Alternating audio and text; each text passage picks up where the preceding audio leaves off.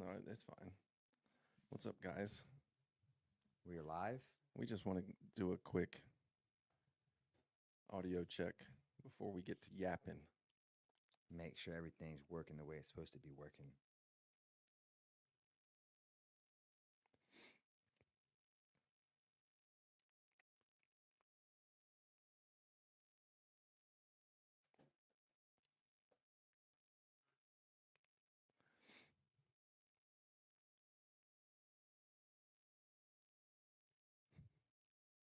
She's like, "What do I need to be on the YouTube?" Me? Who, me? Was that a yes? She can hear us.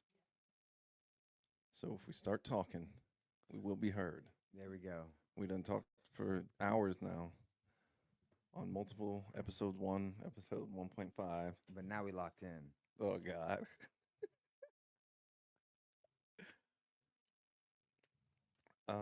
So thanks for tuning in, guys. We're trying to get this aspect of our YouTubing down pat a little bit better. Um, we got all the tools, just trying to figure out how to use them properly. And this is probably our. It's like we're official before we're official, Yes. but we got our silver button. We'll call it platinum. It, we're, that's our faith that it will be platinum. Platinum's not. Is that even one? Yeah, it's what we got right now. Platinum. Sounds better than silver. The motherfuckers might get silver. We got platinum. Can you see it? Yeah. There you go. And that is a long time coming in the sense of when we started posting videos on YouTube fights over like 6 years, we got like 5,000 subscribers. Then you started making reels and shorts, and it turned into 180,000 subscribers in a year and a half. So we're definitely happy about that. The content game is working. It's working. And so now we're going to try and add to it with this portion of it and let you guys get to know us a little bit better. And you can leave it out the wrapper. Rachel's still around. We don't want to get knocked on the Yeah, I ground. don't want anyone to scratch it or throw it around like it don't matter. Put protection sheet back over it.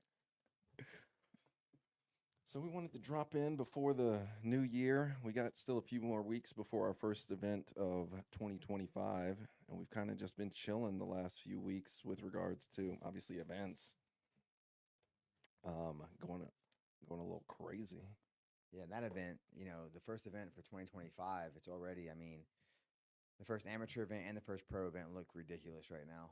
The fight card is stupid. We got some of the top fighters in the state squaring off for titles on the amateur side, and then on the pro side, we got some of the top fighters in the country fighting for belts. So I think you'll see JP St. Louis will be defending his welterweight title, it looks like.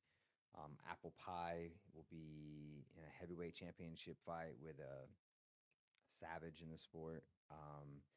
Yeah, the fights that are coming together for 2025 are ridiculous, and coming off the year like we had in 2024, it's just like every year it gets better and better.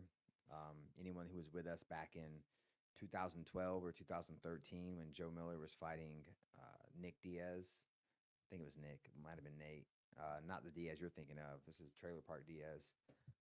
Ralph Valdez was fighting for belts, and it's just crazy to see how far we've come in those 12 years. Like you were talking about, YouTube, for instance, how long we've been on YouTube for, and then like something happened in these past 3 years that we really are getting a really good stride, and we're going now. So the fighters all know in the state that if they want to fight the best, they come fight for Combat Night. If you want to go pad your record, you go fight for somebody else. But when you're ready to fight for the best and be on the best platform and get the best exposure for yourself, you're coming to Combat Night. So if this is your first time watching, we didn't even introduce ourselves. I think we've done like thorough introductions to the ether of silence the last couple of times. Very but true. I'm Ramsey White. I'm the COO of Combat Night, and I run production and some other stuff, a lot of behind the scenes stuff. And I love what I do. And I'm the person that's probably talking trash with you guys on YouTube if you are out of pocket with your comments, with your lack of fight game knowledge.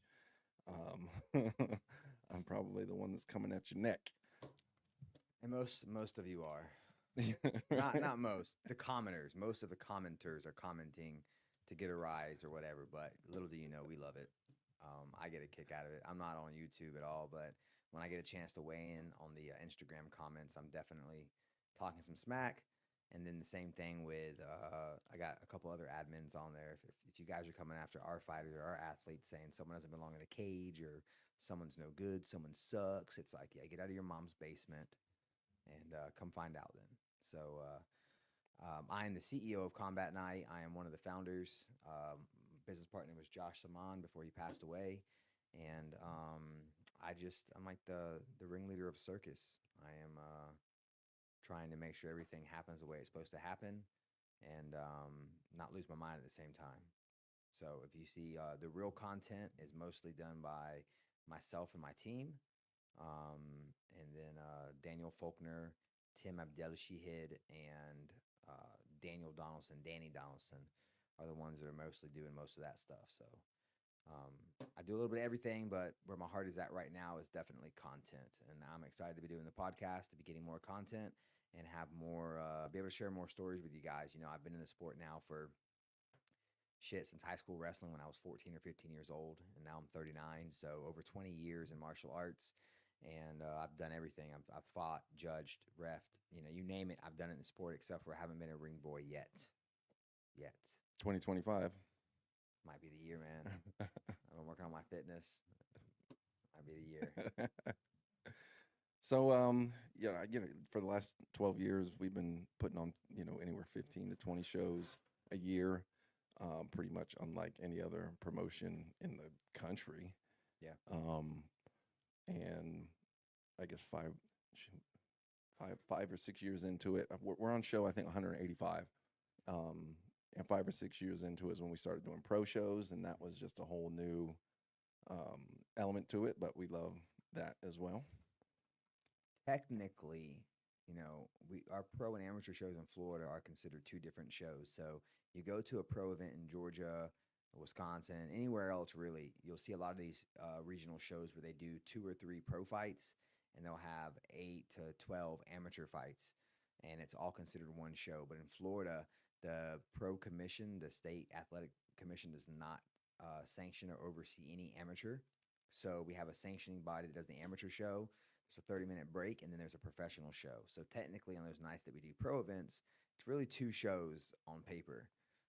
We don't charge our guests, 2 prices. A lot of people do in Florida when they do it, but we don't. It's to us, it's one show.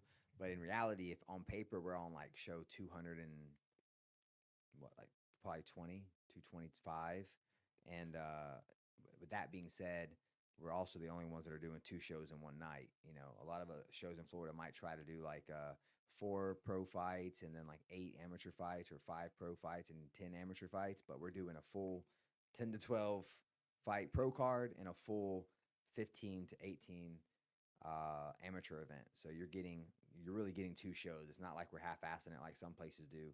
We're putting a whole pro card and a whole amateur card together. Not easy to do in one night. Yeah, and for those of you that don't know, that's a setup on the same day, tear down on the same day, Yes. the whole shebang in one fell swoop. So That's lighting rig, cage, production, everything that happens. Guys, we're getting in there at 8 a.m. We're loading in. We're getting all the stuff in place. We're testing all the things. The lights are going up. The cage is going up. Production's going up. And then we get about a 30-minute to an hour break if we're lucky, to go change, shower, freshen up, grab some food, if we're lucky. And then fighters start coming in, start doing the check-ins with the fighters. And then an hour and a half later, guests are coming in. And then 10 minutes later, we're running the first fight. So, you think about that's a pretty insane schedule for us to be able to keep, putting on 30 fights in a night, setting up that morning, and being out of there before midnight. It's a lot to do in one day. Yeah, for sure. But we love it.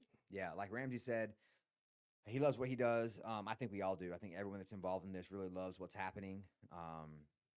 Even my fiance Brandy Spivey has come along. She might love it the most. Yeah, now she loves it. Now she loves it. I'm not just putting words in her mouth. For a long time, she didn't, but she has learned to love it. And I often see questions about like where to watch our fights. You can follow us obviously on our social media platforms, and there's links pretty much on every single account that will lead you to our pay-per-view live stream.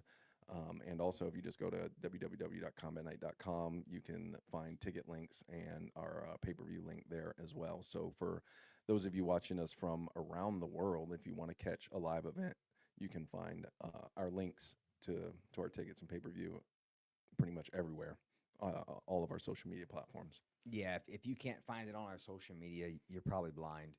That's just all there is to it. Like it's so funny. I'll have a fighter say, "Hey, where can we watch the pay per view?" And I'm like, "Bro, no one posts like we post. So if you need to find something, our Instagram, literally just search for Combat Night MMA. It's gonna pop up. It's gonna be probably the first option. I don't care where you're living. If you're living anywhere in the U.S. and you type in Combat Night MMA in Google, we will be the first thing that pops up. There's no one that comes close to marketing how we market. So if you want to find out anything about us, just Google Combat Night MMA, and you'll get plenty of links to check out. And if you miss the fights, obviously you can find them on YouTube. So if you're already subscribed here, usually within a few weeks after the event, we have the fights posted. Sometimes a little longer, but we try to get them up pretty quick, so our fighters can have access to them and share them. So Yeah, and then today I really just wanted to jump in with Ramsey. We've done a couple of these, like he said, but the volume's always been jacked up. I really wanted to jump in with Ramsey and talk about just all the crazy stuff that's happened in 2024, kind of ask him what his favorite things were, talk about the different knockouts, different fights. I have personally been staring at these results for a month now. I think at the beginning of December, I went through every fight and I wrote down pretty much every single big finish, not every single finish, and then I asterisked next to every big finish. And I went back and watched every finish. I have went back and watched every submission, every knockout, you name it, because I wanted to come up with a really good list to show the team and say, hey guys, these are the top ones of the year.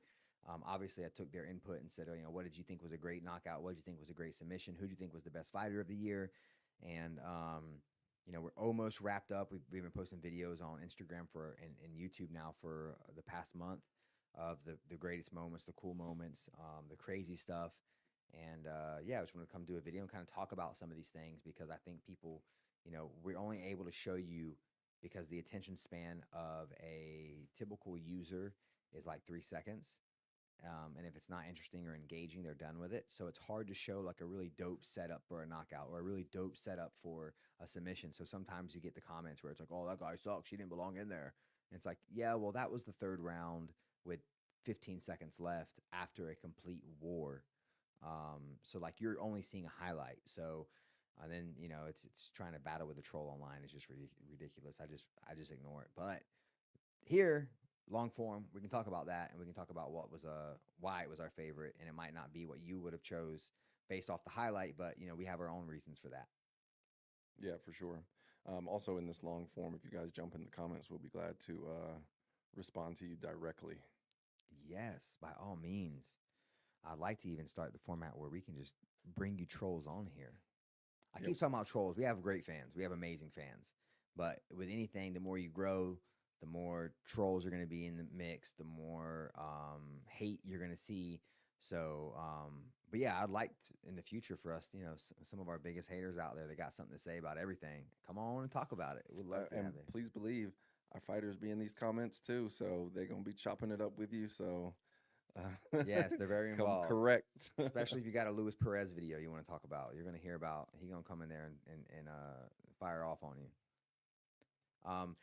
Man, I think for me, something that's always on everyone's mind is like the top knockouts of the year. For me on the pro side, it's pretty clear in my head which one's like the best knockout. We had some great ones, but for me, the things that I choose for like best knockout is number one is like strength of opponent. If you are 5-0 fighting a 2-2 guy and you knocked him out, like, okay, I'm not saying that we expected that, but it's not as impressive as a 2-2 guy knocking out a 5-0 guy. That's more impressive to me. So strength of opponent matters to me. Time, how quick was the knockout? the setup of the knockout, and then what happened, like what was on the line for you. Yeah, the implications of it. You know, the implications of it. Was it a belt? Was it did it get you in the UFC? Did it get you a title fight? Was it against the champ? You know, all these different things matter to me. And for me, the knockout of the year was Taurus Finney. A guy who hasn't fought for us a lot. He needed a fight. He fought on the contender. Dana White infamously sunned him on the internet. I mean, it was bad. He just kind of like told him, "You don't belong in here. You're not ready. Go take a fight somewhere else." A year went by. He fought for us, got a nasty knockout, goes back and fights again on the contender, and they tell him, "You need more. You need more." And he goes and fights again on the contender, wins, he gets in the UFC. He fought a guy for us that was no slouch. I believe he was like 15-8, tall guy, and landed a nasty overhand shot. And for me, that was the knockout of the year. Yeah. What about you? Yeah, I would say that one was like that checked a lot of the boxes in terms of implications and the timeliness of it and all of that. I would say that was knockout of the year for me too. Yeah, and we got a little video here we can throw up on the screen of the different knockouts we've had this year, so you guys can at least get a little taste of them. For me, the second KO of the year was probably Devin Polk. He had a nasty check hook that sent his opponent to the ground, and his opponent immediately took his mouthpiece out and was like, "What's going on?" So yeah, it was really, and for the pro side of things, those were the two for me that were up there. But yeah, I'm excited to see these videos. Oh.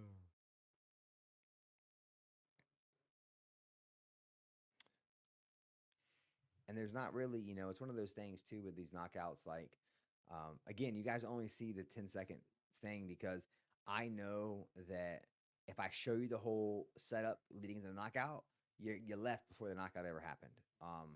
And that's just the way of the land when it is internet.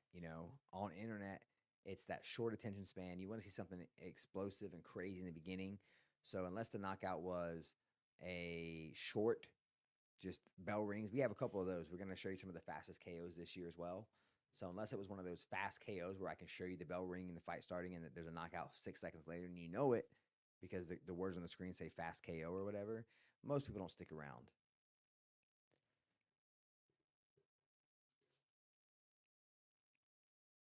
What is that?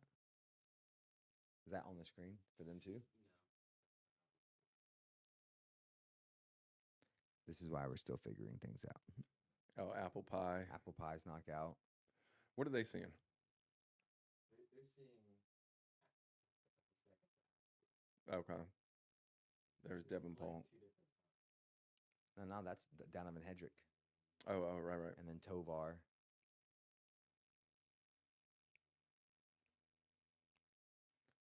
That one had a little asterisk next to it.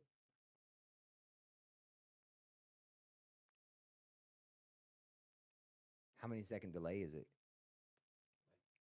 Can we see the delay version of it? Yeah. If you drag your screen onto the second screen, we'll see that as well. It's like stopping at the border. Okay. Bear with us. So there's might be a slight delay on the video as we're showing it to you. But as you can see, we had some great knockouts throughout the year, some unusual knockouts, and we try to give you guys a little bit of context on some of these knockouts. So we might do a longer form video by itself before we show all the knockouts. That's what we've been doing at least. And for instance, that last KO, number 5 there with the head kick with the ground and pound, exactly what that was is just not even 10 seconds before that knockout, he'd been grabbing the cage. Great knockout. Don't get me wrong. Fight continued. But, it could have been a takedown just before this. Maybe the knockout never happens. So I try to show a little bit of context to some of these knockouts. Same thing with Apple Pie. That was a big one. Both guys were undefeated at heavyweight. He was fighting an undefeated opponent. Got a short little hook. It was nasty. At heavyweight, everyone loves a heavyweight knockout. But leading up to that, Apple Pie had been throwing some big head kicks and looked real elusive and looked really good. We didn't get a chance to show the Devin. We have a second video, I believe, too, of the pro knockouts. We can pull that one up, show you guys some more. I think we had right about a dozen different pro knockouts.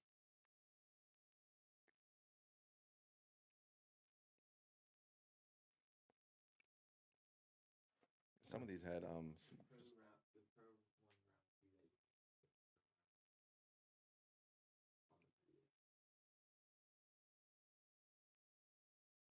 Is there a pro KO too? Just submissions, huh?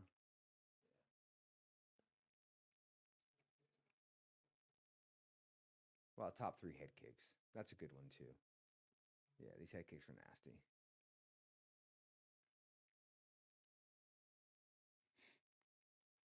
And again, on the KOs, it's like, did they go to sleep or did they just kind of lose their balance and the ref stopped it, or get knocked off their feet and then finish with ground and pound?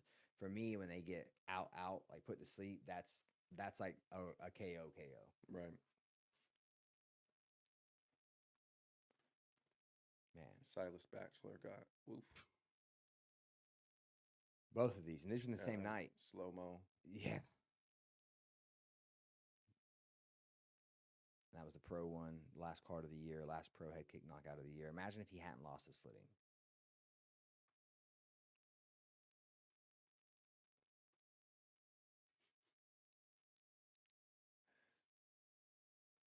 And then, for me too, the submissions, I wish I had more time to show submissions because, especially being a jiu-jitsu black belt, I have a lot of respect for the technique and the setup getting to the submission. The submissions are cool, but it's the little details that matter the most to me. And unfortunately, because of the short version on Instagram, the IG, and what people are wanting to see, it's hard to put down the whole actual breakdown of a submission because no one's going to watch the whole thing. We might have some big jiu-jitsu guys that would watch it, but the majority of our fans just want to see the finish. Like, show me the finish and I'm done with it. Do you have any submissions off the top of your mind that were big for finish of the year? The one that comes to my head right off the bat was ginseng. For implications and for just in general, Well, it's like ginseng has kind of made a name for himself the last couple of years of, he's 42 years old, and he 44 now. Yeah, he said he was 42 2 years ago when he fought Kenny Augusto. He just and turned 44 December 7th. I want to say he has come in as an underdog in that sense, and also in location. He's gone to places, he Yep. fought in Tampa, Tallahassee. and he's just come in and stole the show. Man, he's silenced the crowd. He's fought on every single one of our cities. He's fought in Tallahassee. He fought Ramon in Tallahassee. He fought Coslow in Jacksonville. He fought Patrick Corrigan in Jacksonville. He fought I think his name's Sean in Tampa. He's fought in Orlando against Kenny Augusto and hometown guys, and he's going in Fort Pierce, Corey Pavo. Like, he's one of the few. He might be the only pro that's fought in every one of our towns. I think he might be the only pro that's fought in all of our towns.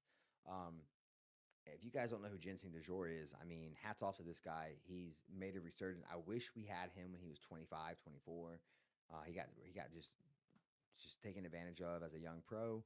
Was fighting anybody, everybody, and now he's 44 years old. He's beating 4-0 prospects, 3-0 prospects, and not just beating them, he's finishing them. Yeah, finishing highlight. Yeah, very, very impressive finishes. Flying knee. Yeah, that was crazy submissions. For me, his submission was high up there because he beat an undefeated guy that is highly touted in the state. Very, very good. But we're about to play this video here of Mikey Conlan's submission. For me, that's up there for top submission, as well as Latrell White whenever Latrell fought Tristan McGraw. Tristan quick draw McGraw was putting it on him on the feet. It was definitely an uphill battle for Latrell. And then Latrell hits. I wish I could show the whole sequence. Maybe I will eventually. But he ends up holding it. He has standing back control. And no, he's going for a takedown. He goes for a takedown, and as he goes for the takedown, he takes the back at the same time. It was such an impressive takedown. Gets him to the ground and chokes him out. Oh, that one was gnarly too. Yeah, Shamey straight. That was a big one too. Sykes is really good. There's that's the takedown back take I'm talking about with Latrell coming up. And like I said, Tristan was winning the fight. Both these guys were making a debut against one another. And when he put in the choke, he said, "I got it." You can see him mouth it. "I got it." So impressive. And Jeremy here getting this arm lock from the reverse triangle, impressive as well. Celebrations were equally impressive. Jeremy, we're gonna talk about him more later in this for his antics, pre-fight antics, post-fight antics. Um, but yeah, I would say, I have a here's the thing too, guys. Like we know who missed weight, who didn't miss weight. That factors into it as well in terms of how much we appreciate, how much appreciation we have for the performances. Like we appreciate guys that turn in paperwork on time, show up on weight. Um, Obviously, don't like create a ruckus at weigh-ins. That is not entertaining. That is on the other side of entertaining. Yes.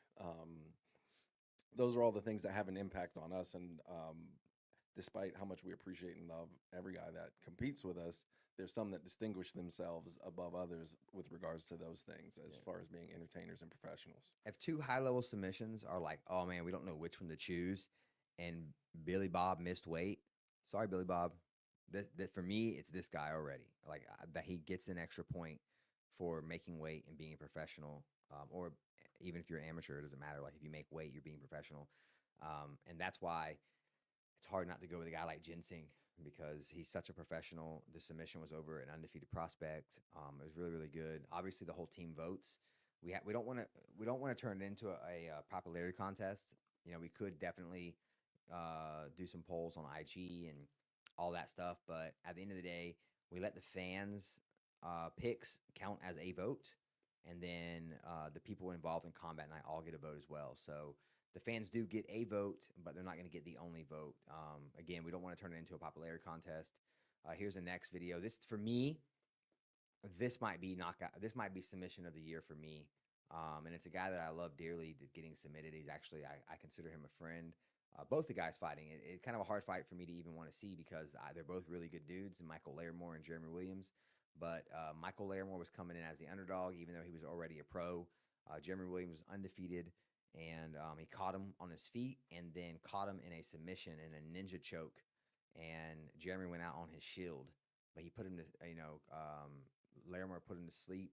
Man, that's just a hard submission to beat. It's hard. And then we're gonna get a look at Ginseng's submission. Locked up that Darce against his last opponent, last show of the year. So artful in the way he did that. Again, I wish we could just break down. This is a submission I wish we could break down. I showed a lot more of this submission than I would normally with Theron Thorne. Arm triangle. He finished 2 fights this year with an arm triangle. And the technical ability of his arm, it was just nasty. It was such a nice setup. Same thing with the last submission on this video of Jeremy Williams. He's actually in the mix for he had 2 different submissions that were both very impressive. And then last but not least, Derek Babcock getting a big rear naked choke, celebrating with a backflip. He's always a pleasure to work with. He ended the year, I believe, at 4-0. And, big prospect. We got a lot of guys that are undefeated around that mark, the 4-0 mark. They'll be fighting each other this year. Got guys like Vic Dixit, Babcock, all these guys that are coming up 4-0, 3-0, 5-0 that'll probably be fighting one another. It's just kind of the way of the land. You got to find out who the big dog is, and the big dog is the one that goes to the UFC. But it's been an impressive year to see these guys, the different submissions that have landed, and it's no surprise who's landed them too because these guys like Ginseng that are vets in the game, Derek, amazing grappling.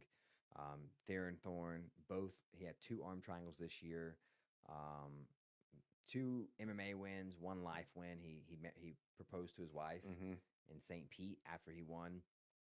So yeah, the submissions definitely delivered this year. Funny enough, looking at the statistics, we had about 2-1 on knockouts to submissions. We had double the amount of knockouts this year than we did submissions. I suspect part of that is because we do have kickboxing fights and Muay Thai fights, so there's more opportunities for knockouts in those. But I think even if we just did the MMA numbers, knockouts outweighed the submissions. So it's pretty. I love looking at these numbers, man. Like I see what teams have the best records, what teams are fighting the most. As I get, I don't really get picked on anymore about it, but like I train at Fusion for my MMA. I train at Tough as Nails Jiu Jitsu in Oviedo. That is my home. Like Tough as Nails. I'm actually got a shirt underneath here that's Tough as Nails. Somewhere there's an emblem. Yeah, Tough as Nails Oviedo. That's where Ramsey does CrossFit at. I mean, they're more of our home than any other gym in town. But I get the crap about Fusion, and you know that like oh I hooked them up, and but like January 25th, guess what? Co-main event title fights, and they're fighting the toughest. And Joe Gonzalez is fighting a guy who's 7-1, I believe, and Brian is fighting. Santiago is defending his belt against a guy who's like 7-2. So they're fighting the toughest. Like I want everyone to fight the toughest guys possible to continue to climb the ladder and get better and improve. If you lose, you lose, especially in amateurs. In amateurs, I want the guys fighting the toughest fights they can possibly fight. But on top of that, there's certain camps, Fusion and Elevate mostly, that will travel everywhere in the state. They're not just, oh, I can only fight here, I can only fight there. And that's why, a camp like Elevate or Gracie Baja Jacksonville now, a camp like even Train Fight Win, they'll go where they have to go to get the fights, and it's going to benefit their athletes and benefit their team to get that rep in traveling, not being in the comfort of your own home. Fighting on the road, if you're fighting on the road, you're probably fighting in someone else's hometown, which is important to feel that and understand that those nerves and stuff that go into it. Because if the goal is to get in the UFC, no doubt you are not going to fight in your hometown every time. It's just not going to happen Right. unless you're from Vegas, and we're in Florida. So I think that's something that you have the opportunity to do with us, as an amateur, so it doesn't have to be even a shock to do it as a pro. So you can travel and fight all up and down the state and deal with all of those things he was just talking about, from weight cutting and hostile crowds and everything as an amateur. Which, if your aspirations are to go to the UFC, you should be doing that. Um, but like you said, you want the guys to fight tough fights, and um, everybody doesn't always want tough fights. nope. Yo, So there's that to contend with as well. I'll tell you right now, just from experience, the guys that turned pro and were 7-2 as amateurs, they're more successful 9 out of 10 times than the guy that was 5-0 and fought all his fights for 305 fights or for Billy Joe's backyard brawl. Like, who your record does not matter. That's like it's like caring about your middle school GPA. Your record doesn't matter as an amateur. Sure, you don't want to get used to losing. You don't want to put yourself in fights you can't win. You want to build properly and take the right fights. But like, if you're a striker and you were 3-0, you should be hunting for the best wrestler in the state to fight. At that point, you can strike. You've maybe beat other strikers. It's time to challenge yourself, and vice versa. If you're a wrestler, if you're a black belt in jiu-jitsu, and you're 3-0, okay, go fight that Division I wrestler now. Go fight the really skilled striker and find out if you got it. Because the last thing you want to do is not challenge yourself as an amateur and get to the pros and end up on the wrong side of a highlight video because you thought you were ready. And trust me, I see it all the time. I see guys who, went undefeated as an amateur and didn't fight with us. And they want to come fight with us now as a pro. And then they're trying to pick and choose. It's like, yo, you were 7-0 as an amateur. What do you mean you don't want to fight this guy that was 5-3 as an amateur? Like, nah, we just ain't doing that. Like, it just doesn't make sense. So challenge yourself as an amateur and push yourself. Put yourself in bad situations and see how you do. That's what being a fighter is about. A fighter's not, you don't fighters being a fighter and being able to say I'm a fighter isn't just winning all your fights. It's actually being in fights, like fights that you could possibly lose and challenging yourself to win that fight. Where did you send the list to? The list of it's in the docs, Google Docs. I don't have a fight memory like you do. Everything becomes a blur to me. Oh, Okay, hey, 9 viewers. what up? Watch Who's out. out there? Who watching? What hardcore fan watching? There it is. Oh, we were just talking about you, Brian.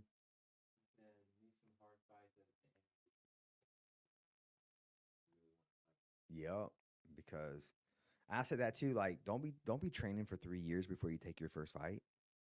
You might waste 3 years of your life to find out you don't like getting punched in the face by someone who's really trying to hurt you. 6 months in, you should be doing a PKB right away. Find out what do I do when someone has bad intentions? What's my instinct whenever someone's really genuinely trying to hurt me? I just think it's especially if you never competed before. Like if you never competed before, you need to go find out what it's like to fight in front of people and be in front of people, because it might not be your thing. You might not enjoy that experience. So I do know guys that have spent 2 or 3 years training with the intent to be a fighter. I want to be in the UFC, and then they go fight, and they're like, "Nah, you know what? The weight cutting, the dieting, all that, it's just not for me." So I definitely encourage guys, if you think this is something you want to do, um, don't wait to fight, and then once you do start fighting, fight often, fight often, and fighting should be a full time thing. It shouldn't be a okay, I gotta fight. Let me go back to the gym. No, it should be I'm in the gym all the time, and I can take a fight on 3 weeks' notice if I want to. Doesn't mean you have to, but that's the way you should treat fighting. I know right now, 1,000%, if I am on the streets and I run into another trained athlete, and for whatever reason they want to fight me, yo, I'm ready. I train every day. I am ready to fight tomorrow if I got to. I am not fixing to be caught slipping and get my ass beat on the streets because someone's in better shape than me. It's not happening. It's not happening. It's like I, I feel the same way about like falling off the side of a cliff. I am going to be able to pull myself up. I'm going to get up. Might not be the prettiest thing, but I'm not going to die because I can't hold myself off the side of a bridge. It's not happening. Yeah, that's I'm going to be able to fight. Good reasons to train. I'm going to be in shape. And if I have to, I'll pull myself up. What it is, Andy? Ajarma? Yeah. Yeah. I'll just 3 to 4 times a year. 3 to 4 times a year, minimum. If you're healthy, you're young, you're hungry, you're training, you guys all know you're putting more miles on your body in the gym than you are in a fight. Trust me, you go to sparring Saturdays at any gym, sparring Friday at any gym, and they're putting in 10 rounds, 3 minutes, 5 rounds, 5 minutes, whatever the thing is. They're training for an hour, hour and a half of sparring, punching, kicking, kneeing, elbowing, grappling, choking, arm bars. That is more wear and tear than a 9-minute or 15-minute fight. For me, the biggest thing about fight camps are being in shape. It's like you got to be in shape. That's what I was going to ask about is, weight cuts can be quite a brutal, part of getting prepared for a fight. But obviously, if you don't balloon up 25 pounds over your weight class in between fights, then you can, take fights more frequently without having to deal with that huge weight cut. That was my big fault, is like when I fought at 125. I always ballooned up to like 155, 157, always had 30 plus pounds to cut. And it's so crazy. Like now I'm back to 155, 156, but for the longest time, I was hovering at 145 easily. My body, I don't know, something changed and I was doing it easily. But like I would purposely try to eat like I wanted to be 155. I wanted this big weight cut. As an amateur, your focus should be being good at fighting. Like, do you need to learn how to cut weight? For sure. But your first fight should not be, okay, I got to lose 20 pounds and I got to learn to fight. Like, you're not helping yourself. Be smart about it. Get in shape, get to a good weight, and then say, okay, I can cut 10 to 12 pounds from here and do that. Don't say I'm 155, I'm going to fight at 125. I'm worried about cutting 30 pounds and worry about getting better at fighting. It's just not going to be a successful recipe. As an amateur, you should learn to cut weight, but don't kill yourself. Do not kill yourself trying to cut weight as an amateur. Learn to fight. So do you think like fight a little heavier than you might think you want to fight as a pro, or? Yeah, I mean, I think that you can very safely. Obviously, if you're walking at 45, don't fight at 45. I mean, that's just I wouldn't do that. If you're walking at 45, you can make 35 easily. Don't try to kill yourself to make 25, especially not your first fight. Like, worry about being good at fighting and getting good at fighting. But yeah, if you're healthy and you're not having to cut a whole bunch of weight, I think fighting 3 to 4 times a year is a really easy one to pull off. And, again, I use myself as like a cautionary tale all the time. I just told you my weight cutting issues. I also only wanted to fight like once a year. I was fighting once, twice a year.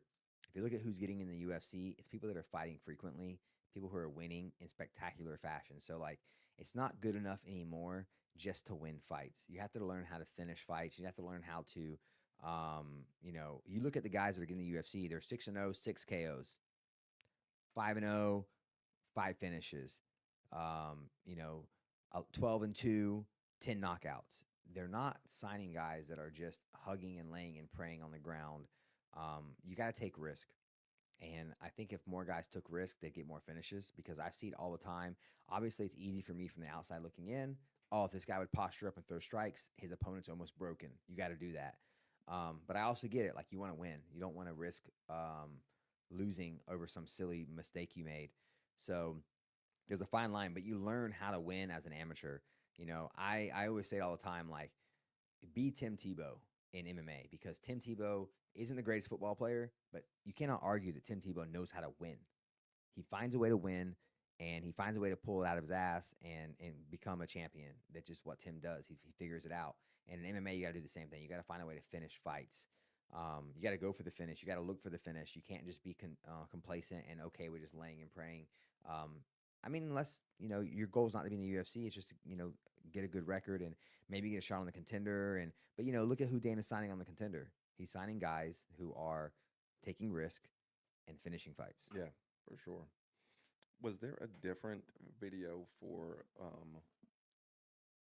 ladies submissions? No, we have not. We're not gonna. I don't think I'm gonna. I think this year for the amateurs, a woman might win submission of the year. I'm not gonna. I don't think that we're there yet with enough fights to really do separate. We'll do a female fighter of the year, woman's fighter of the year.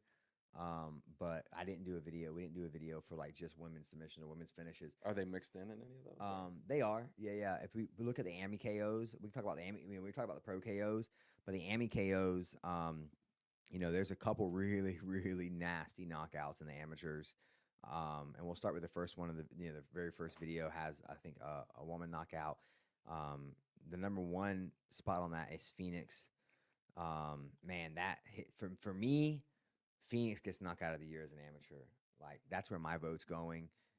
Again, he was losing the fight down the first round. The ref almost stopped it in the first round, and then he just sparks his opponent in the second and knocked out cold. So for me, it's Phoenix on amateur KOs. But there's a lot of great KOs. Seer Sanjar, nasty KO. Jack him up, Jackman. That was a nasty. She's a brawler, man. Will you play that again for us? Yeah. Yeah, that one. The whole one. No, the whole video. That's the first one right there. It's Phoenix, who I was just talking about. Boo. Yeah. Man. And man, talk about female fighter of the year. Nomi won a belt, finished a fight by knockout, finished a fight by submission. It's gonna be hard for someone to contest her for, you know, female fighter of the year. She did a hell of a job. She ended up being in the mix for submission of the year and knockout of the year. And you know, a fight that I would like to see in 2025. I'm just gonna put this out there. There is Jackman, who's on this, and also Nomi, who's on this video. I would love to see a title fight between those two ladies sometime in 2025. They're both 2-0 right now. I'd like to see them both get one more win, and then maybe they fight each other. But on the heels of both of those women, at 115 is Destiny Perez. Destiny is fighting at 25 right now, but she wants to come up to she wants to go down to 115 is the goal. And she's very confident she can do it. So she had a gnarly finish. She had a very gnarly finish, which I think will probably win submission of the year. For me, it was a crazy finish for amateurs, but we'll stick with the knockouts for now. The second knockout of the year video, there's 18 for amateurs. There's 18, like that many crazy knockouts. Victor Alvarez here, this kickboxing knockout, the first one of this next video we're going to show you. Ooh, just one punch too late on that stoppage. That last punch, man. You know, and then here's another woman. Stone Cold, man. She beat, man, this was a bad. The girl, and like, this is one of those videos where Stone Cold's knockout, and then Bashmir upset Phoenix. No one saw that coming. And then this fight, Eric Jones was losing. It was a great fight. He wasn't losing by a lot. I thought he was losing by an inch. Ended up getting the knockout in the third round. Ulysses, a lot of hate on this one for the back of the head shots. We all know what we signed up for. And I'm not saying that I like back of the head shots, but at the end of the day, when shit's happening, adrenaline's pumping, if you ain't never been in a fight, don't talk. Yeah, I like that. Second try. Ooh, got it. And then Jonathan Xanthus with the head kick knockout. Andy, could we play this back and could we stop after each knockout so we could talk about the knockout? Um, this one's quick and easy. I mean, it's brutal knockout for kickboxing. I think it's the best kickboxing knockout we had all year. Yeah. For me, maybe next year, maybe even this year, maybe this year we do best kickboxing knockout or best, striking knockout because we do have a lot of fights. I always lean more towards MMA knockouts, but man, 14-ounce gloves, 12-ounce gloves, and you're doing that to somebody, you got power. Yeah, he came out there throwing bombs. And then we'll go to that next knockout from this video. We talked about Stone Cold. She fought twice this year. And, there's a lot of hate on this video in particular because people were saying, oh, that girl didn't belong in the fight. That girl was a Muay Thai champion multi-time. She had like 18 Muay Thai fights. Stephanie was literally like 5-0 in kickboxing, and that was her debut in MMA. Was a multi-time Muay Thai world champion. Right. I thought her coach was crazy, Vince. Which for me, Kaizen is like the team to watch in 2025. Kaizen is the team to watch in 2025. On the come up, a smaller team, but everybody out of that team is killers. I love working with Vince. He's an old school guy. He came up around the same time that I was coming up in the MMA world. And Stephanie is his little prodigy. And it's crazy to see what she's done in such a short period of time. She's looking to make her pro debut in April, I believe, or in June.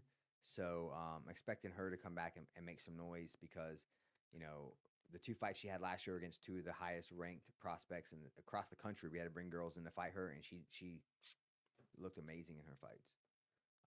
And this next knockout with Bashmir and Phoenix, no one thought Bashmir really had a chance in this fight. Bashmir caught him early and often, and first round finish. I think it left everyone in the building speechless. And again, let's talk about strength of opponent. Phoenix was undefeated, and we thought, for sure in MMA, and we thought, okay, Phoenix is a technician. He's going to be smart in this fight, but he's got to watch out because Bashmir's got power, and Bashmir comes forward hard. And Bashmir implemented his game plan, came forward hard, and put on a show, and ended up scoring the knockout early. And Bashmir's been up and down a little bit, and so that's why there's a little bit of a question mark. Yep. But man, he got it done that night. Yeah.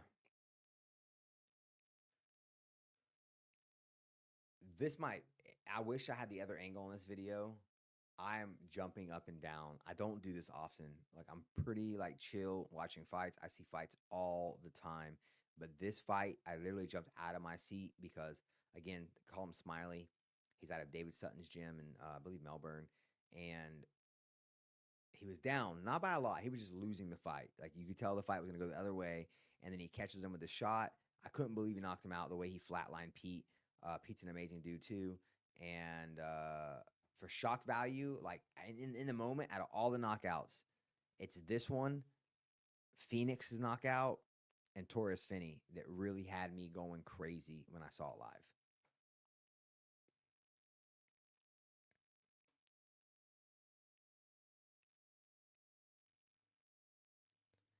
This one's interesting because Ulysses had a problem with him. Let him know at the face-offs. Yes. I don't like you. I'm not shaking your hand. Bad blood going into this fight. And then they were slugging it out too. Yeah, they were slugging it out. And Ulysses caught him with a nice check hook, put him down and followed him to the ground, finished him up. And we got a big fight with Ulysses in 2025. Hasn't been announced yet. But let's just say he's fighting. What's a little hint I can give you to let you know? He's sexy.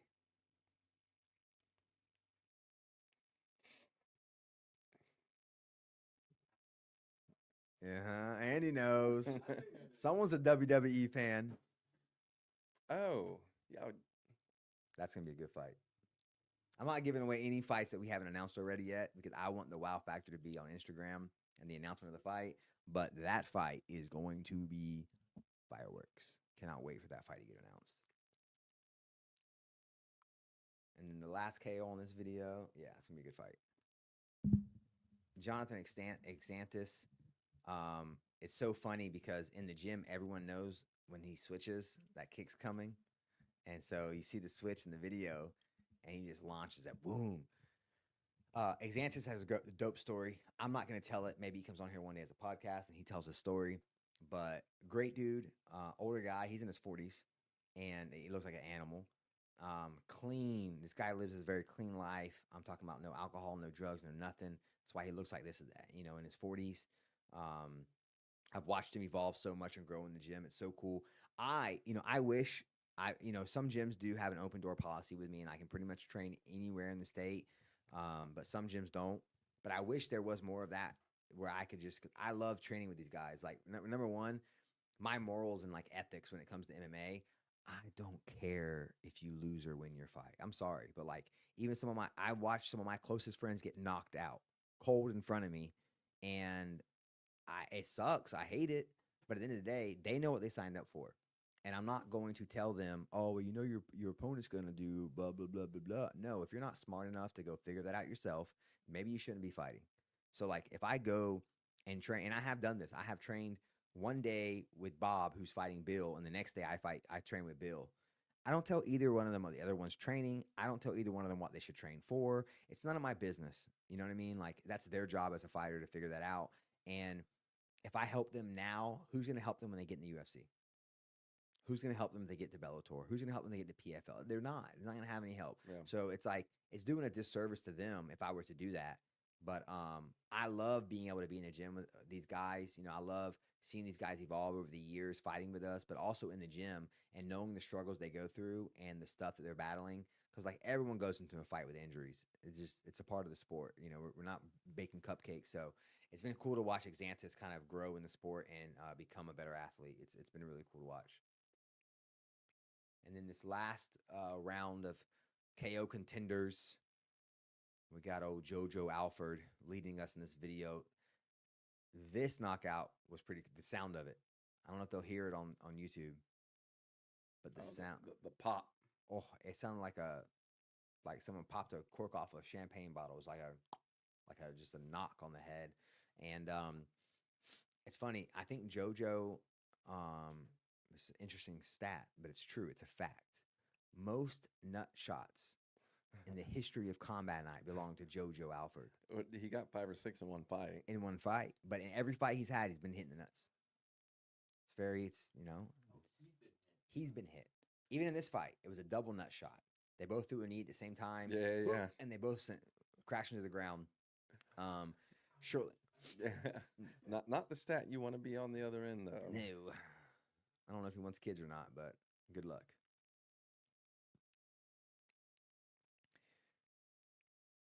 Eddie Perlaza, this was the dope knockout. He was he was wobbling around. Kyle Blair was walking him down, throwing big shots, and then Eddie Perlaza took him to the ground, mounted, and started he was screaming, F you, F you, F you. Like you could feel the emotion coming from him. He's making his pro debut in 2025. We haven't announced that fight either. It's a fun fight. He's fighting a guy out of TFW. They're both strikers for the most part. And it's a fun fight. Eddie is Eddie's another one of those guys I've got to watch kind of grow up in the gym. Young kid, hungry, and I'm excited to see what he does as a pro. Is that in Tally? He's in Tallahassee, yep. We see. And then Kyle Day. As I was just saying earlier, I have watched some of my closest friends get knocked out, and then I have to go back and make a video of my closest friend getting knocked out. You know, sometimes people will say things to me like, oh, why are you highlighting me getting knocked out? It's like, yo, it's a part of the sport. Like, trust me, there's highlights of me getting beat, highlights of me getting choked out. And here's a highlight of one of my best friends, Casey Berry, like getting knocked out, brutally knocked out. It's a part of the sport. He knows what he signed up for. I know what he signed up for. And it just wouldn't be fair if I hid my boys getting knocked out, or whoever was watching this that's mad because their knockout or their submission or whatever their moment was got highlighted. It's everybody. Even my best friend, Casey Berry. I was just at dinner with him earlier tonight. Literally, earlier tonight, I was at dinner with Casey. He loaned us the nail gun to put Yes. put this wall up. So You know, if you get offended or get hurt, just understand that if my mother wanted to fight for me and she got knocked out, mama, we're gonna hit a millie with that one. um, Well, let me say this though: the other side of a beautiful thing about this sport is, seeing Kyle come into Tough as Nails, and train together. now they're training together. Yeah, Casey and Kyle now train together, and it's for me, it's like Kyle deserves this moment. And look what happened in the first video of this. I don't know if you guys noticed or not. Kyle was getting knocked out. So like, sometimes you're the nail, sometimes you're the hammer. Hopefully, you're the hammer more often than you are the nail, and that's the game. That's this game. You even look at how many highlights has Justin Gaethje given us, but he will forever be highlighted because of Max Holloway. Yeah. Doesn't matter how great of a guy he is, how good of a guy he is. It's just a part of the sport. It's I honestly I hate it. I hate it. I hate seeing amateurs get knocked out. Especially I feel like I'm friends with a lot of these guys. I feel like I really I can relate to a lot of them, so I know how it is to for your dreams to be tarnished and then you have to see yourself get knocked out. Like, nah, it's not. But if you can't handle it on the regional level, you'll never handle it at the PFL, UFC, Bellator level. So, Well, and like you said, it's not a popularity contest, and we owe it to all of the guys to be impartial in that sense. And Yep. what happens is what happens. Yep. And hey, if you want more highlight videos about you, we'll talk about a guy in a little bit that take notes because there's plenty of ways to be highlighted besides fighting. There's your face-offs, there's your entrance, there's your post-fight speeches. There's so many ways to get highlighted. So it's not just fighting. And then if you want to keep from being highlighted, train harder. That's real simple. I that's what fueled my training. When I trained was I didn't want to be on the wrong end of a highlight video. I didn't want my mom to have to watch me get knocked out. I didn't want my sister or my brother to see that. Obviously, it's a sport we're in. It can happen to anybody.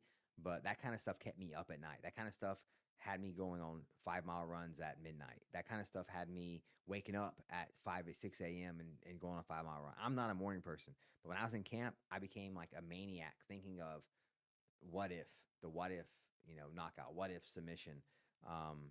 So yeah, just get better if you don't want to be on that side of the knockout. This is another one. We got a lot of shit online about this fight. Could we actually rewind this and start it again? That one fight. A lot of people see a tall Hispanic male and they're thinking like, oh, this stud and he's fighting this guy who's got a belly and whatever. And it's like, yeah, fighters come in all shapes and sizes. You seen Big Country? Mm-hmm. If the big boy knocked out the other guy, you'd be saying the same shit. Oh, the guy didn't belong in there. The guy this and that. Da, da, da, da. Look, debut fighters. Neither one of the guys had fought before. It's gonna happen. Now, for me, the big boy from Dark Wolf, he came in wanting to be buddies. Like, hey, that's the thing that happens. I see this a lot with the guys who are making their debut. Is they don't understand the difference of a fight and sparring. And he walked straight forward, went for the glove touch. The guy didn't want to touch gloves. The guy circles out.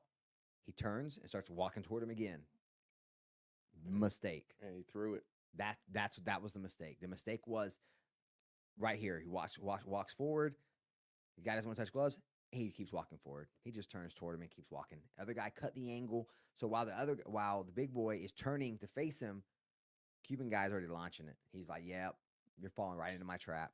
And people say, "Oh, he got knocked out so quick. He didn't belong in there. Horrible matchmaking." It's like, yeah, I guarantee you weren't saying that about Conor McGregor and Jose Aldo.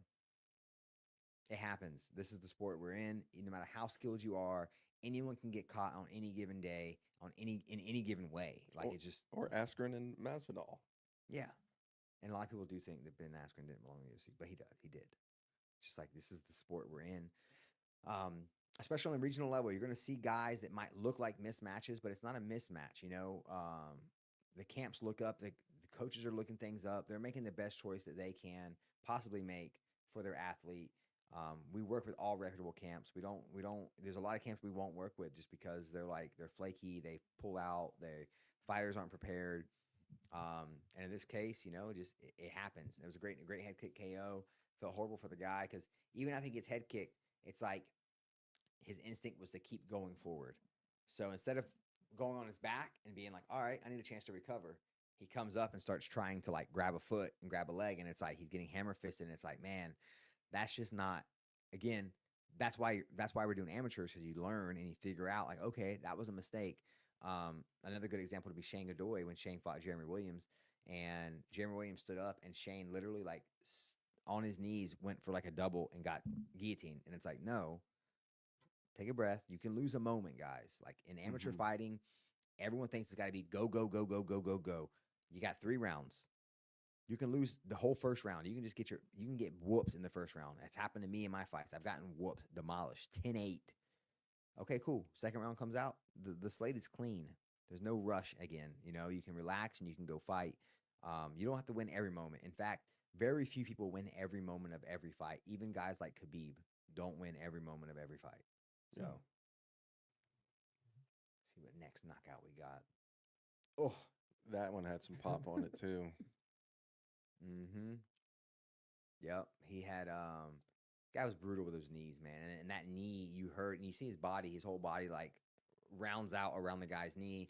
You can see how Faulkner's face is like, ooh. Yeah. The cameraman faces are always really funny to watch. And the last knockout on this one. Oh, Amin. We just posted his first fight for next year against Eddie Diaz from the jungle. That's gonna be a fun fight. Amin Swabi is a young kid, very, very violent. And I love Bobby Dixon's people, AMMA or AMAA, AAMA. It's one of those acronyms. But Eric Gianni and his dad, Bobby, man, they're bringing up some killers, bro. All these guys are like 19, 18. They got teenagers that are fighting that are studs. And they always bring it. They always put on a good show. They always throw down. I believe most times they win. They have a very high winning percentage. But I'm telling you right now, that's another team on the come up this year in 2025. Bobby Dixon's. You're gonna see. I think they're gonna get a couple belts this year. Maybe send a guy pro. But they have a really, really good. Whatever they're doing over there, they're doing it right. Because watch the way they've grown. Their athletes have grown. They're doing it right. And in that fight between him and Eddie Diaz, that's a big one, man. Both them boys throw down. So I'm excited to see how it goes. I'm interested too because Amin is a guy who really comes forward and like wants to like hurt you and like press you. And Eddie in some of his fights will sit back and counter fight. But I've also seen Eddie come forward and just unleash. And so if they both have the idea to come forward and unleash, which I think is the right thing for both of them to do, it's going to be interesting to see who can have the better defense inside the pocket and win that fight.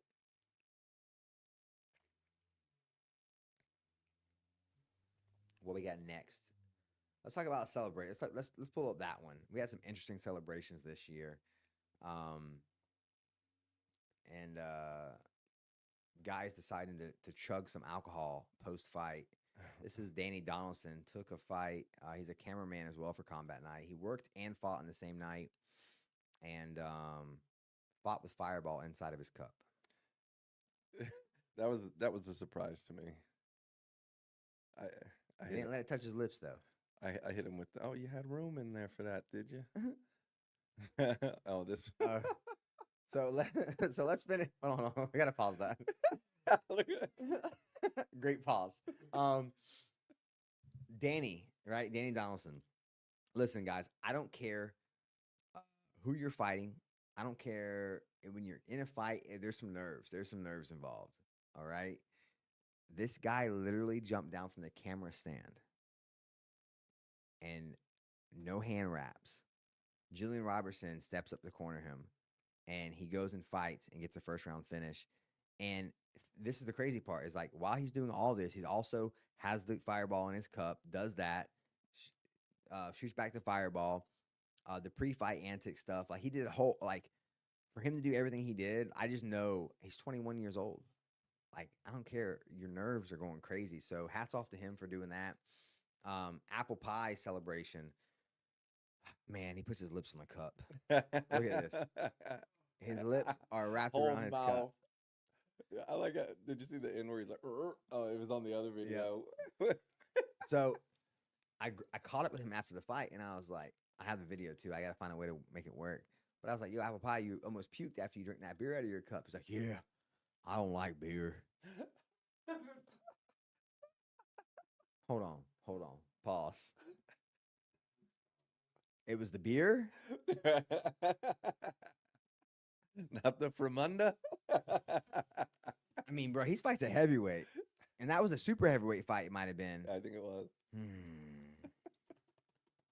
Oh, he don't like beer a lot. Why do that? I don't know where that came from. I had no clue it was happening. That's the best part about most of these is I have no clue. Like people think like, oh, you playing this or this and that, and like, yo, I wish I could have played. You think I could tell a fighter to take a shot? I wish I could tell these guys to do crazy stuff like that. And then this last one here, Jules Joseph, his whole fight was a movie. At the weigh-ins, his opponent came up and saw him and said, "Damn, you big." Yeah. And then after his fight, someone threw him a Four Loko, and he shotgunned it. He tried. Failed. But these are the 3 drinking celebrations that were the best. There were a couple other drinking ones, but these 3, top 3 drinking celebrations, for sure. And like I said, guys, these are how you get, like, you want to get your numbers up. You want to get more eyeballs on you. These are the little things that you can do. You know, hey, if I win, throw me a Four Loko. Hey, Ramsey does not like the drinking celebrations. FYI, if you're gonna drink from the can, drink from your cup. Don't splash that stuff all over. Nah, Ramsey want to fight you. If you do, walk away from Ramsey. Yes, take all the spilling celebrations away from where I'm sitting. That's where all the equipment is. It's not like Yes. I don't like alcohol. I don't, but it's about just getting my equipment wet. I understand completely. And then we'll see apple pies here. This is my favorite, like, full fight sequence from the face off all the way. These guys were getting at it. Him and Bear. I mean, look at these boys. He had tattoos on his head or something It for was all of his Body opponents. count, all the people he beat, everyone he finished. He said, I'm gonna beat you. and he says, I hope you do. And look, there's apple pie. Boy's athletic for a heavyweight. Gets some kicks up there. He moves. Buzzed him right there. Yep. And then this little short hook. Little overhand, little right on the chin. And then belly play. Goes to jump on the cage. No, that was against an undefeated opponent. Undefeated. Apple pie 6-1 now, I believe. Oh, no. They said no. And then there's the beer celebration. So like I said, look, we made like 5 reels from Apple Pie's fight. His face-off was a reel. His That's what he said. his finish was a reel by itself. His attempt to jump on the cage was a reel by itself. His beer chugging abilities, Celebration. a reel by itself. Then we put it all together and made another reel. So just out of apple pie being apple pie, he got 5 reels, and I think 3 out of 5 hit 1 million. I mean, can't argue with getting those kind of eyeballs on you. And he was just being himself. So like, I think that's the biggest takeaway is like, don't be afraid to be whoever you are. If you're an asshole, be that guy. Like, let the world see who you are, and you're gonna get more eyeballs on you for being genuine and truly being like you. Yeah, apple pie is like all shucks. Oh yeah. But he can turn up the entertainment value in such a wholesome way too. Like, It's not nothing. People think I gotta be disrespectful. No, in fact, we don't want you to be disrespectful. I never thought when they went forehead to forehead, I never thought that was going to escalate. Nope. It just was like they're just doing the right Yep. thing. Had no feelings of it. I know apple pie too well. You know, I know he's not trying to start in a fight. And if one was going to escalate, that would have been a bad one. Oh yeah, I'd have been nut grabbing right away. I'm not below that. I'm just letting you guys know. If y'all get too out of hand, I'm doing whatever I gotta do to make sure I am safe. And not getting sued. Yeah, nut grabs. And we got everything on camera. So, speaking of showmen and someone who goes above and beyond, you know, this is the guy I take notes from is Jeremy Williams. You know, this video guy's got it figured out. I thought was so lame, and I'm sure most of you thought it was lame too. I thought cringe. This is dork city. Most viewed face off in honestly maybe Combat Night history most viewed face off. He got over 50 million views across all platforms between we posted it twice. We posted at the end of the year. This is the one we made at the end of the year. Look at Celebration.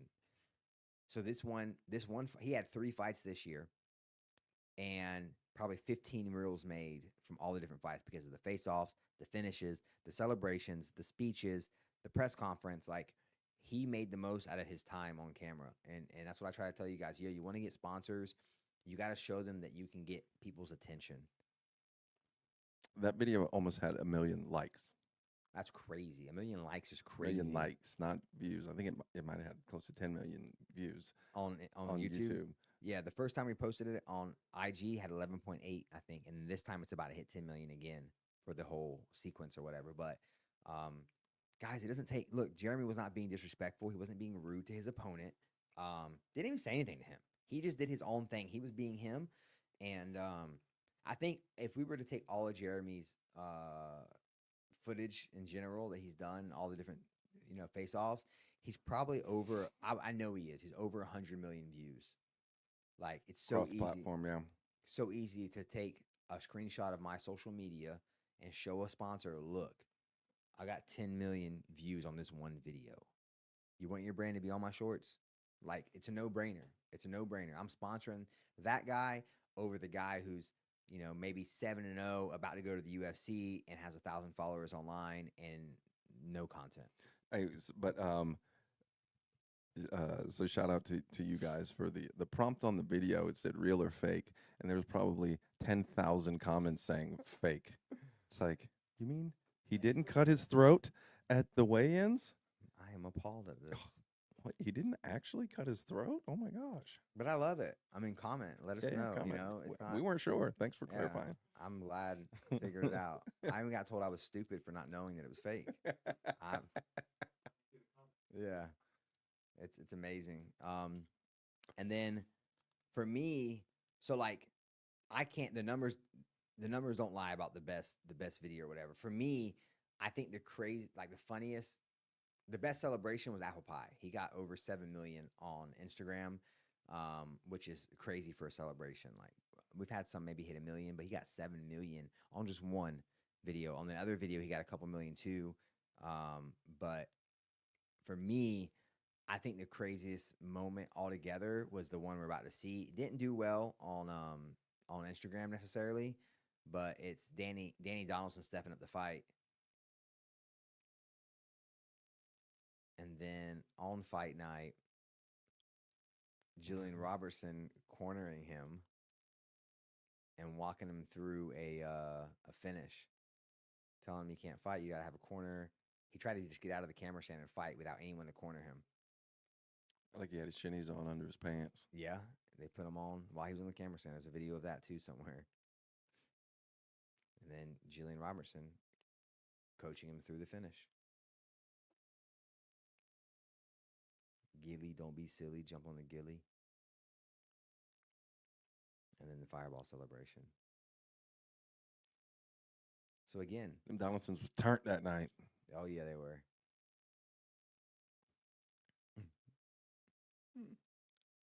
And a hug, a victory hug. Yeah, always cool to have Savage in the mix too. Yeah, it's crazy. She was fighting for us when she was 18. Jillian Roberts took her first fight with us a week after her 18th birthday in Jacksonville, maybe Tallahassee. Suzanne was her first fight with us. Mm-hmm. A week after her 18th birthday. That's ridiculous. That's just crazy to like. Especially back then, there was not very many women fighters. No. Like very, very few. And Jillian fought often. She fought a lot. So like timid and tiny. Not the same girl you see today. She made 105 at one point for us. Yeah, 105. She fought Lindsey Van Zant in Jacksonville for the belt. That was back in 2015, maybe 2014. I think like 2014. Yeah, it was pretty early on. That was before I was driving down over there for weigh-ins. I was driving up day of not doing weigh-ins. Not doing weigh-ins yet. What other videos we got over there? We got any other? I'm blind.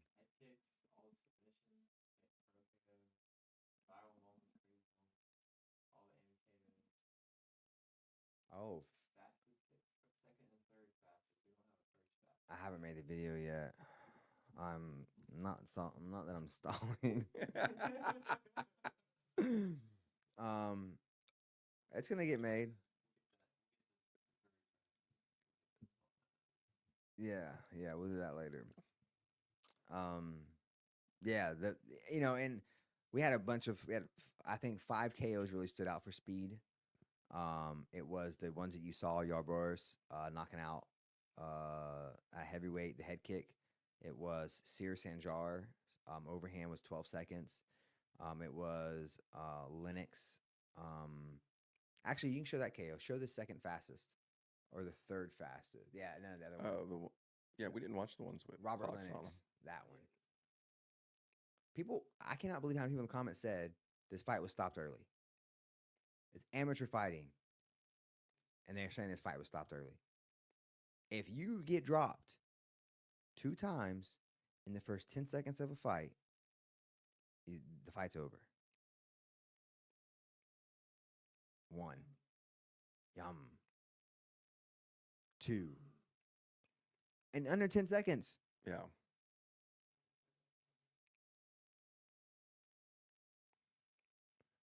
Now, don't get me wrong. I'm sure dude's a warrior. I'm sure all those things are true, but we're not out here trying to get CTE and ruin a guy's life over an amateur fight. You know, he lives to fight another day. Look at Andy, he's smiling. Loving it. That's Andy up there in the camera stand.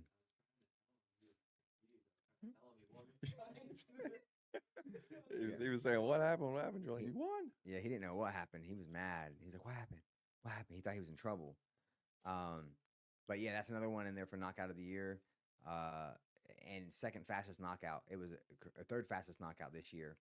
And then you just saw the other one too. Kyle Day over Casey was the first fastest knockout. Again, the video hasn't been made yet, but we had some pretty fast and impressive knockouts on the amateur side. We didn't have any really fast KOs on the pro side. And then for submissions for amateurs, I think Destiny's going to get it, man. It was like 20 seconds, 22 seconds, and she dropped the girl, rocked the girl, and put her to sleep. It's going to be hard to beat that, Yeah. I think, for amateurs. Oh, here we go. That's another video. This was brutal. This submission, ugh. Unfortunately for this guy, he turned toward the cage, and the ref couldn't see, and he didn't tap. He went out on his shield. So it's very hard for the ref to see the guy's eyes whenever he's facing the cage like that. Jaime has been, we see his legs limp now. We see his arms not moving. You know, ooh, the head pull. And there was some feedback like he had snatched his head back. He was trying to like not do that. Yeah, as it appears. Yeah, he was definitely trying to help the guy. You see his hands on his forehead. I don't know. He's clearly not a doctor. Yeah. But he was trying to help. Trust me, he was concerned after he realized the guy was asleep. Jaime's someone I'm very excited about to see in 2025. You know, his first fight with us was against a brown belt, Elizer out of BTT Jacks, one of Daniel Faulkner's really good friends. And went to decision. Both of those guys have since fought then and finished both. They've both finished their fights as they've continued on. And I see people commenting about Jaime from South Florida, from Central Florida. Like when you see a guy getting love from all over the state, you just know there's something special about him. And Jaime's one of those guys I see get a lot of love. So I'm excited to see what he does in 2025 as well. Nico Burton, don't be silly, jump the gilly. We just posted a individual highlight of that reel last night, and Dustin Poirier jumped on and showed some love for it. Oh, is that what you were talking about? Yeah, yeah. Have you seen it yet? I saw the video, yes, but I didn't see his comment. Yeah, yeah. Dustin Poirier jumped on. His comment had like 10,000 likes. It was crazy. But it was dope. Nicky is a great kid. I love Nicky. He's a young kid. He's good. He's very, very talented. His last 2 fights have been very, very tough opponents. He's challenging himself, which is what he should do. He fought for the belt against Shane Godoy in what was like, man, Shane ended up catching him, I believe, in the second round with a rear naked choke. But the first round, you know, Shane hurt Nick with some good shots. Nick landed some good shots on Shane. But I'll be honest with you. I thought at the first round, I thought Nick was cooked. I thought he was defeated. Like he had, I was and I want to see how he comes back in the second round. And he came out in the second round and started putting paws on Shane right away. Like, nah, I'm still here. So it showed me a lot about him, his heart, and his will to win. And I was already a fan of his, but like it really made me a bigger fan of him because that's what I want to see in the amateurs. And just know, Nick, that those losses do not define you, and that like it's just going to make you better and a stronger fighter. So to see him go through the adversity he went through at the end of the year, losing the belt in his hometown to Shane, I think is going to make him a better fighter. I liked him a lot. Yeah, and Shane's top of the stack. Yeah, Shane's top. But we find that out by those fights happening. Yeah. Like, okay, now we know Shane is that guy, and Nick still can be the guy. He just needs a little more experience. This one's interesting. Shaggy went to Silas went to Jacksonville out of his first time fighting out of his hometown, fighting a local guy, and the guy had him in an old schoolyard headlock, and Shaggy stayed calm, composed, and his opponent ended up pulling him right into a rear naked choke.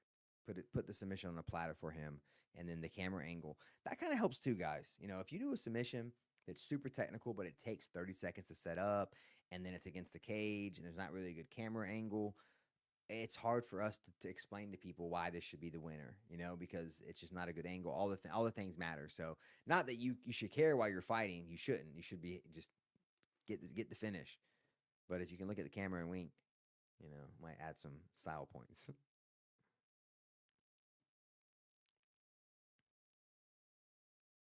This is a big one for me too. Austin Tadlock at the time.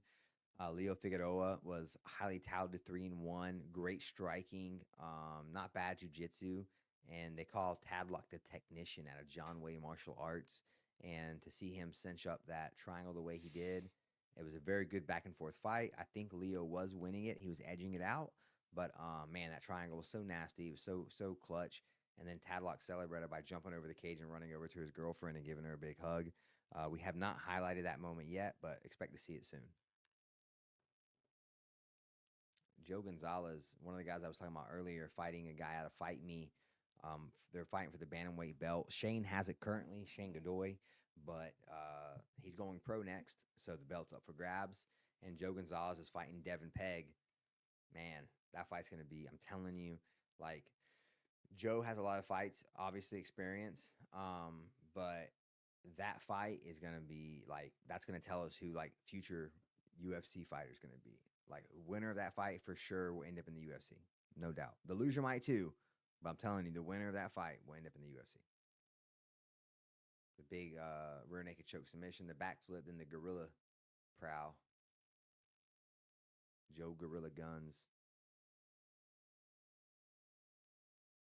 And then we got another amateur highlight video of submissions we're going to end up making. It hasn't been made yet. We're still we were still trying to highlight the individual submissions, but that'll probably go up tomorrow at some point. But guys, if you're just following us on YouTube, be sure to check out our Instagram as well. That's where all of our fight matchups go. It's where we talk about the upcoming events. Like we've been talking about today, January 25th is the first one of 2025. Then we got February 8th in Tallahassee for the first pro event. And we have February 15th in Fort Lauderdale for the first Fort Lauderdale event. And then in April, you see our first pro Orlando event. Not going to announce the exact date yet. Want to get through this first one. Nice. Really it, man. Yeah. Well, I got one. I got 3 questions for you. Best moment of 2024. It doesn't have to necessarily be a fight. It can be anything that happened. Best moment of 2024 for in combat night though. Okay. So I mean, my best moment's probably gonna not be fight related at all, even if it is in combat night. Met some good production guys, some good connections from someplace else. That was probably one of my highlights of the year, was getting linked up with Rob LePop, Yep. and him helping us level up our Showtime audio. It was a big investment, but I think it was the step in the direction for us, taking it up a notch and providing a much better viewing experience for our folks at home. Yeah, I'm happy we got those guys in the mix. It was cool to have them at the events too. We had them at two events back to back, and it was cool to kind of see them, seeing what we do. It's always cool when we have like uh, we are professionals. We're professionals, but we're not like professionals. Like We're jack of all trades professionals. yeah, we're the handyman, where we can just make shit work. Like if you have a problem, we're gonna solve it. We have the courage to try things at times that others would not because we don't have the training necessary Yeah. to try them. But That's a we'll good way try to put them. it. Yeah, we'll try it anyways, and it might work. But it's cool to see those guys that are professionals come into our setup and be like, "Damn, y'all are! Can't believe y'all are doing this. Like, I can't believe y'all are making this happen with this equipment or with this Time, staff or this time frame team." or Yeah. So it's always cool to get praise from like the guys that are truly professionals, experts. I would say they're yeah, experts. experts. Is a better way to put it. Um, what was your best event? What was your favorite event of 2024? Man, like I said, our events become kind of a blur to me because with the things that I do, I am so not focused very much on the fights themselves, like you guys that Yeah, are or the crowd, or or whatever. It's like I'm always worried about something that is technical related until the gates open, and then Mhm. it's off to the races. And I watch the fights, and there's always just this little in the back of my head of like, what's going on over there? What's happening over there? So best event or maybe event. What event did I have the most fun at? Um, Man, I feel like I would say Fort Pierce, but that's probably just because it was the last one. last one. I got short-term memory. I feel you on that. Yeah, that was cool. That That was was cool. special. Um, for me, my favorite moment of 2024. I mean, I do have a couple, but like it was the national anthem in Fort Pierce. Oh yeah, It was, another thing that made that event so cool. and we haven't yet highlighted it, but guys, Hey, it wasn't our DJ. I told the announcer, first of all, guys, don't know this about me. I'm a micromanager, and my whole team knows I'm a micromanager. So my whole team is a micromanager because they know if something doesn't go right on their end, I'm going to come down and micromanage the hell out of them, and I'm going to question them, and I'm gonna make them feel like idiots. I'm just going to do that, and I don't mean to do it. I don't. My intention is not. Yeah, my intention is to make you feel like an idiot. If you fuck up or you do something wrong and you know you shouldn't have done it, or you should have just you know the right way to do it and you still did something else, you're gonna hear from me. So like when something goes wrong, right away I'm like, did you? Did you? Did you? Um, and when they're like, yeah, I'm finding the source of the problem of what I'm doing. So, anyways, the DJ was told, hey, cue up the national anthem by the showrunner, who'll probably end up being a floor producer one day, Chris, Retro Grappler. And he says, yeah, I got it. So, okay, 5 minutes, we're going to run it. And then we get the flags up there. The announcer says, all right, guys, and play the national anthem. Silence. Straight silence. So I run over to DJ. I'm like, hey, gotta play the national anthem. He's like, I ain't got it. It's like, y'all normally have someone to sing it. And I'm like, yeah, but you'll find something else about me. I'm a very no bullshit type of guy. If you can't fix my problem and I'm asking you to fix it and you're giving me excuses, you're dead. You're dead to me. I don't want to hear it. Infamously, we were at a venue in Jacksonville. Sorry, I know I go on tangents all the time. I'm just weaving stories for you guys. The weave. I'm the weave. I'm good at the weave. And the venue's leaking. The roof is leaking into the cage, and the pro commission is like, "Yo, we can't have an event if the roof's leaking in the cage." And I'm like, "Yeah, that makes sense. Water in the cage is leaking pretty bad." I look at the venue. I'm like, "Hey, man, what are we gonna do? Like, what can you do? Can you put something up there? Can you fix this? Can we solve the leak and just divert the leak to somewhere else?" And he looks at me and goes, "No, I think we're gonna have to shut down the whole show." I could have fucking Liu Kang flying front kicked this man out of my way. I was so mad. I just like, like I looked at the whole team. I'm like, we're moving the cage. And they're like, what? I'm like, we're moving the cage. Everyone get around the cage. We're moving the cage. Everyone grabs the cage. We move it a little this way, move it a little that way. And now the water's leaking on the corner, but it's not in the cage anymore. So that is just the mentality that I have, is like avoid problems. Anyways, back to the story now. DJ's not gonna have the song. I'm like, can you get it? He's like, nah. He's like stuttering. I'm like, oh my god. So I run back to the cage. I'm like, listen, tell them we'll do the national anthem later. Keep in mind, we've already had the whole amateur show. We like to do the national anthem right before the pro show starts. We've already had the whole amateur show. We'll run one fight and then we'll do the national anthem. right? That's what I'm thinking. Easy, no problem. No, not in Fort This is Pierce. after about 90 seconds to 2 minutes of straight silence. Silence. People standing their hands on their heart, waiting for the national anthem to kick off. Everyone looking around. And so I'm like, hey, just tell them that we're going to go ahead and start the event and we'll do the national anthem after the first fight. Poor So Miles. Miles goes, all right, so we're having technical difficulties. We're going to go ahead and start the boo. I mean, Hard boo. he didn't get through the first sentence before everyone's booing this man hard. And he's looking at me like, shrugging his shoulders, like, what do I do? And I'm like, I'm like, I don't know. I don't know. And then Chris says, give me the mic, and starts singing. And as he starts singing, the whole crowd starts singing the national anthem. And I mean, the whole crowd singing the national anthem. It was so dope, and probably only something we could see happen in Fort Pierce or Tallahassee, I feel like, because they're a little more country, down to earth, Patriotic. patriotic, patriots. But yeah, it was just a dope moment for me. Like, I felt it in my loins, you know, the crowd Patriotism, singing. the USA. Yeah. They were chanting, oh yeah, after the booze, it was USA, Yeah. USA. Like they were, bro, we were not getting national anthem had to happen. So thank God Chris got the mic and started singing. For me, that was a cool moment. Best event was probably May the 4th be with you. I had a lot of fun at that event, or the St. Pete event. I really enjoyed St. Pete. I'm happy we did it. It was the first time out there, but the fights were amazing. The venue was amazing. Tallahassee events always wow me, so I try to leave those out of the mix because they're always like they're in their class of their own because I fought in the same venue and stuff. But event for me, May the 4th be with you, and then the national anthem was the moment for me. What Yeah. about favorite fighter from 2024? Favorite fighter?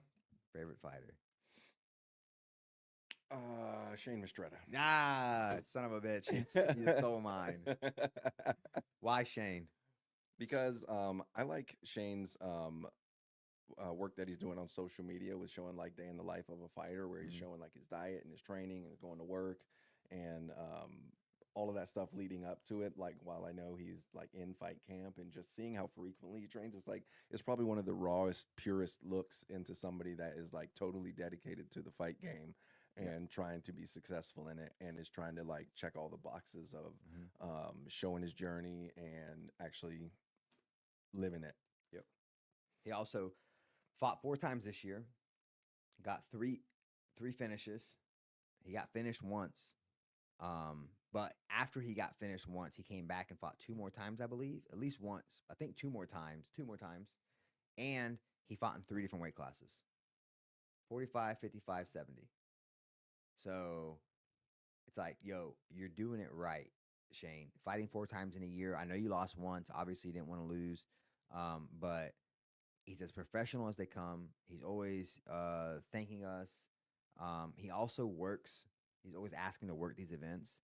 You know, guys, there's a small group of fighters that work these events too. Like Valentine Woodburn was one of those guys that came up worked with Shane's us. been in the camera stand for me multiple times. Shane Mistretta, Shane Godoy. You know, so like if you need a chance to make some extra money, straight up, I'm gonna tell you, I'm gonna be real with you. If you turn in blood work late, you don't promote yourself, you're not trying to really make it in the sport. I don't really want to work. I'm not trying to be mean. I don't really want to work with you. I want to work with guys that need the extra help, the extra push, and want to be around it and want to live in the sport. So that's the guy I want. I don't want the guy that's just trying to make extra money to go drink on the weekend. No, I want the guy that needs extra money to fuel their camp, to buy the healthy food they need, those kind of things. If you're one of those guys and you want to work an event for us, reach out to us, talk to us.